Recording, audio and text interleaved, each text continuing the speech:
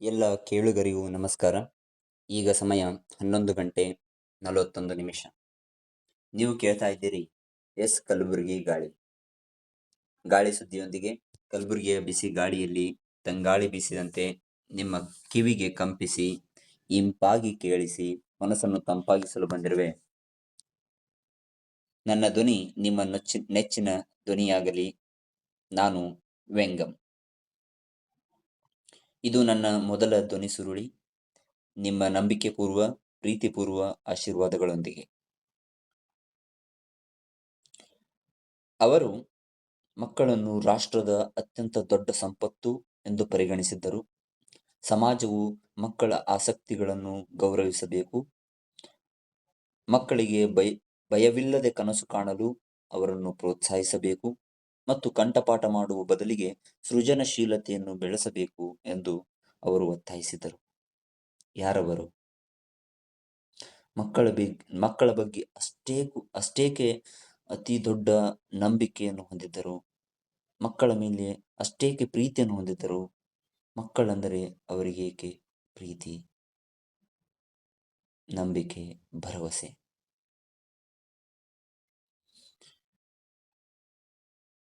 ನಿಮಗೆಲ್ಲ ಅವರು ನೆಚ್ಚಿನ ವ್ಯಕ್ತಿ.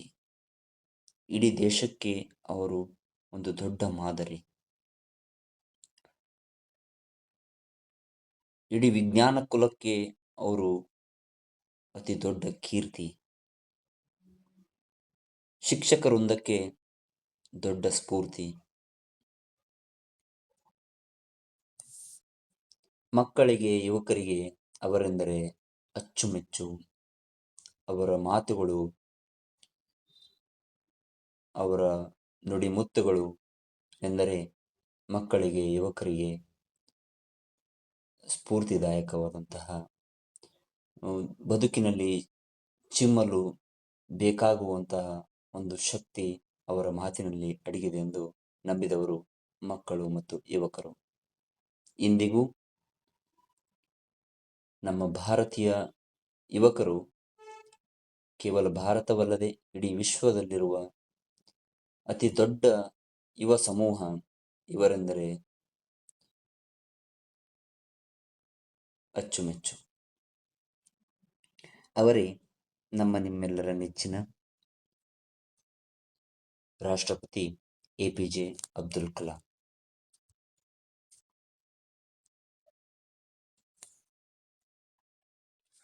ಅವರಿಗೆ ಮಕ್ಕಳ ಮೇಲೆ ಅಪಾರವಾದ ಪ್ರೀತಿ ಮತ್ತು ಭರವಸೆ. ಕಾರಣ, ಇಂದಿನ ಮಕ್ಕಳೇ ನಾಳೆಯ ದೇಶ ನಿರ್ಮಾಣಗಳು, ದೇಶಕರ್ತೃಗಳು ಎಂದು ನಂಬಿದವರು. ದೇಶದ ಭರವಸೆ ಮತ್ತು ನಂಬಿಕೆ ಕೇವಲ ಮಕ್ಕಳು ಎಂದು ನಂಬಿದವರು. ಹೀಗೆ ಇವರಂತೆ ಮಕ್ಕಳ ಬಗ್ಗೆ ಅಪಾರವಾದ ಪ್ರೀತಿ, ಮಕ್ಕಳ ಬಗ್ಗೆ ಭವಿಷ್ಯದ ಬಗ್ಗೆ ಅಪಾರವಾದ ಕಾಳಜಿ ಹೊಂದಿದಂತಹ ಲೆಬನೀಸ್ ಅಮೆರಿಕನ್ ಕವಿ ಹಾಗೂ ಕಲೆಗಾರರಾದಂತಹ ಖಲೀಲ್ ಜಿಬ್ರಾನ್ ರವರು ಮಕ್ಕಳ ಬಗ್ಗೆ ಎನ್ನುವ ಒಂದು ಕವಿತೆಯನ್ನು ಬರೆದಿದ್ದಾರೆ. ಈ ಕವಿತೆ ದಿ ಪ್ರೊಫೆಟ್ ಕೃತಿಯಿಂದ ಆಯ್ದುಕೊಳ್ಳಲಾಗಿದೆ. ದಿ ಪ್ರೊಫೆಟ್ ಕೃತಿ ಖಲೀಲ್ ಜಿಬ್ರಾನ್ ಅವರ ಅತ್ಯುನ್ನತ ಕೃತಿಗಳಲ್ಲೊಂದು. ಇವರ ಕೃತಿಗಳು ಬಹಳಷ್ಟು ಭಾಷೆಗಳಿಗೆ ಭಾಷಾಂತರವೂ ಆಗಿವೆ, ಹಾಗೆ ಕನ್ನಡಕ್ಕೂ ಕೂಡ. ದಿ ಪ್ರೊಫೆಟ್ ಕೃತಿಯನ್ನು ಕನ್ನಡಕ್ಕೆ ಭಾಷಾಂತರಿಸಿದವರು ಡಾಕ್ಟರ್ ಪ್ರಭುಶಂಕರ್.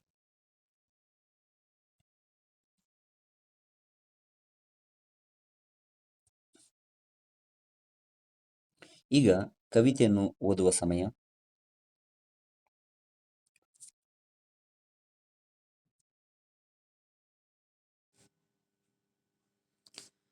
ನಿಮ್ಮ ಮಕ್ಕಳು ನಿಮ್ಮ ಮಕ್ಕಳಲ್ಲ. ಜೀವದ ಸ್ವಪ್ರೇಮದ ಪುತ್ರ ಪುತ್ರಿಯರು ಅವು. ಅವು ನಿಮ್ಮ ಮೂಲಕ ಬಂದಿವೆಯೇ ಹೊರತು ನಿಮ್ಮಿಂದಲ್ಲ. ನಿಮ್ಮ ಜೊತೆ ಅವು ಇರುವುದಾದರೂ ನಿಮಗೆ ಸೇರಿದ್ದಲ್ಲ. ನಿಮ್ಮ ಪ್ರೀತಿಯನ್ನು ನೀವು ಅವುಗಳಿಗೆ ನೀಡಬಹುದು. ನಿಮ್ಮ ಪ್ರೀತಿಯನ್ನು ನೀವು ಅವುಗಳಿಗೆ ನೀಡಬಹುದು, ಆದರೆ ನಿಮ್ಮ ಆಲೋಚನೆಗಳನ್ನಲ್ಲ. ಏಕೆಂದರೆ ಅವರಿಗೆ ಅವರದೇ ಆದ ಸ್ವಂತ ಆಲೋಚನೆಗಳುಂಟು. ಅವರ ದೇಹಗಳಿಗೆ ನೀವು ಮನೆಯಾಗಿರಬಹುದೇ ಹೊರತು ಆತ್ಮಗಳಿಗಲ್ಲ. ಏಕೆಂದರೆ ಅವರ ಆತ್ಮಗಳು ನಾಳೆಯ ಮನೆಯಲ್ಲಿ ನೆಲೆಸುತ್ತವೆ. ಎಲ್ಲಿಗೆ ನೀವು ಕನಸಿನಲ್ಲಿಯೂ ಹೋಗಲಾರಿರೋ ಅಲ್ಲಿ. ಅವರಂತಿರಲು ನೀವು ಪ್ರಯತ್ನಿಸಬಹುದು, ಆದರೆ ಅವರನ್ನು ನಿಮ್ಮಂತೆ ಮಾಡಲು ಪ್ರಯತ್ನಿಸದಿರಿ. ಏಕೆಂದರೆ ಜೀವ ಹಿಮ್ಮುಖವಾಗಿ ಹರಿಯುವುದೂ ಇಲ್ಲ, ನಿನ್ನೆಯ ಜೊತೆ ತಂಗುವುದೂ ಇಲ್ಲ.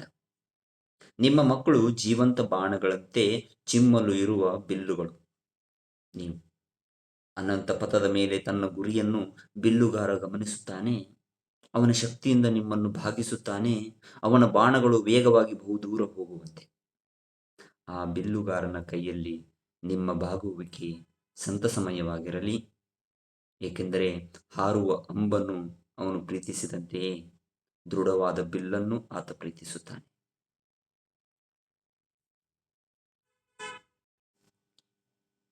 ಹೀಗೆ ಅದ್ಭುತವಾಗಿ ಭಾಷಾಂತರಿಸಿದವರು ನಮ್ಮ ನೆಚ್ಚಿನ ಕವಿ, ಮಂದಹಾಸದ ಸದಾ ಮಂದಹಾಸದ ಮುಗುಳ್ನಗೆಯನ್ನು ಹೊಂದಂತಹ ಬರಹಗಾರ, ಕನ್ನಡಿಗ ಡಾಕ್ಟರ್ ಪ್ರಭುಶಂಕರ್.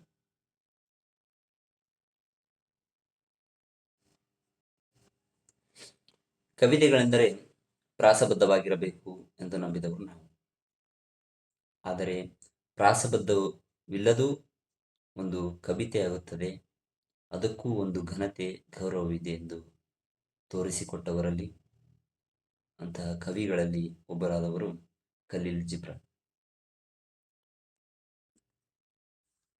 ಇವರು 1883ರಲ್ಲಿ ಜನಿಸಿರುತ್ತಾರೆ. ಇವರು ಲೆಬನೀಸ್ ಅಮೇರಿಕನ್ ಕಲೆಗಾರ ಹಾಗೂ ಒಬ್ಬ ಕವಿಯಾಗಿರುತ್ತಾರೆ.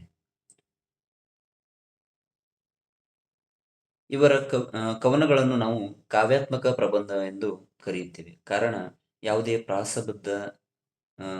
ವಾಗಿರದ ಕಾರಣ ಪ್ರಾಸಬದ್ಧವಲ್ಲದ ಕವನಗಳಿಗೆ ನಾವು ಕಾವ್ಯಾತ್ಮಕ ಪ್ರಬಂಧಗಳು ಎಂದು ಕರೆಯುತ್ತೇವೆ. ಇವರ ಅತ್ಯುನ್ನತ ಕೃತಿಗಳಲ್ಲಿ ಒಂದಾದಂಥ ದ ಪ್ರಾಫಿಟ್, ಈ ಕೃತಿಯು 25ಕ್ಕೂ ಹೆಚ್ಚು ಭಾಷೆಗಳಿಗೆ ಭಾಷಾಂತರಗೊಂಡಿದೆ ಹಾಗೂ ಕನ್ನಡಕ್ಕೂ ಕೂಡ. ಈ ಕೃತಿಯಿಂದಲೇ ಮಕ್ಕಳ ಬಗ್ಗೆ ಅಥವಾ ಆನ್ ಚಿಲ್ಡ್ರನ್ ಪದ್ಯವನ್ನು, ಕವಿತೆಯನ್ನು ನಾವು ಹೆಕ್ಕಿ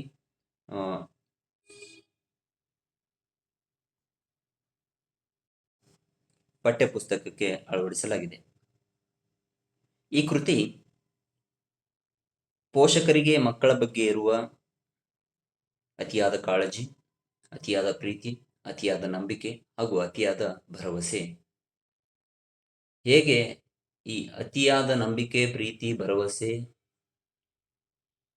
ಕಾಳಜಿ ಮಕ್ಕಳನ್ನು ದಾರಿ ತಪ್ಪಿಸುತ್ತದೆ ಹಾಗೂ ಮಕ್ಕಳ ಬಗ್ಗೆ ಇರುವ ಮಕ್ಕಳಿಗೆ ಇರುವ ಅವರ ಭವಿಷ್ಯದ ಬಗ್ಗೆ ಅವರಿಗಿರುವ ಒಂದು ದೃಷ್ಟಿಕೋನವನ್ನು ಹೇಗೆ ಬದಲಿಸುತ್ತದೆ, ಮಕ್ಕಳ ಬಗ್ಗೆ ಪೋಷಕರಿಗೆ ಇರಬೇಕಾದ ಪ್ರಥಮ ಕಾಳಜಿ ಹಾಗೂ ಪ್ರಥಮ ಅರಿವು ಏನು ಎಂತ ಎಂದು ಹೇಳಿಕೊಟ್ಟವರು ಖಲೀಲ್ ಜಿಬ್ರಾನ್. ಈ ಕವಿತೆ ಕೇವಲ ಕವಿತೆಯಾಗದೆ ಇದು ಒಂದು ಜೀವನ ಪಾಠ. ಪೋಷಕರಿಗೆ ಮಕ್ಕಳ ಬಗ್ಗೆ ಇರಬೇಕಾದ ಅರಿವಿನ ಬಗ್ಗೆ ಇದೊಂದು ಜೀವನ ಪಾಠ ಹಾಗೂ ಮಕ್ಕಳ ಬಗ್ಗೆ ಪೋಷಕರಿಗೆ ಇರಬೇಕಾದಂಥ ಪ್ರಥಮ ಕಾಳಜಿ, ಮಕ್ಕಳು ಯಾರು, ಅವರ ಮಕ್ಕಳು ಯಾರು, ಅವರ ಮಕ್ಕಳು ಹೊಂದಿದಂತಹ ಜೀವನ ಪ್ರೀತಿಯನ್ನು ಹೇಗೆ ಅರಳಿಸಬೇಕು, ಅದನ್ನು ಹೇಗೆ ಪೋಷಿಸಬೇಕು, ಅದಕ್ಕೆ ಹೇಗೆ ನೀರೆರೆಬೇಕು ಎಂದು ಈ ಕವಿತೆಯ ಮೂಲಕ ಪೋಷಕರಿಗೆ ಹೇಳಿಕೊಟ್ಟವರು ಖಲೀಲ್ ಜಿಬ್ರಾನ್. ಈ ನನ್ನ ಮೊದಲ ಪ್ರಯತ್ನಕ್ಕೆ, ನನ್ನ ಮೊದಲ ಧ್ವನಿ ಸುರುಳಿಗೆ ನಿಮ್ಮ ನಂಬಿಕೆ ಹಾಗೂ ಪ್ರೀತಿ ಇರಲೆಂದು ಕೇಳುತ್ತಾ ಎಲ್ಲರಿಗೂ ನಮಸ್ಕಾರ, ಶುಭವಾಗಲಿ.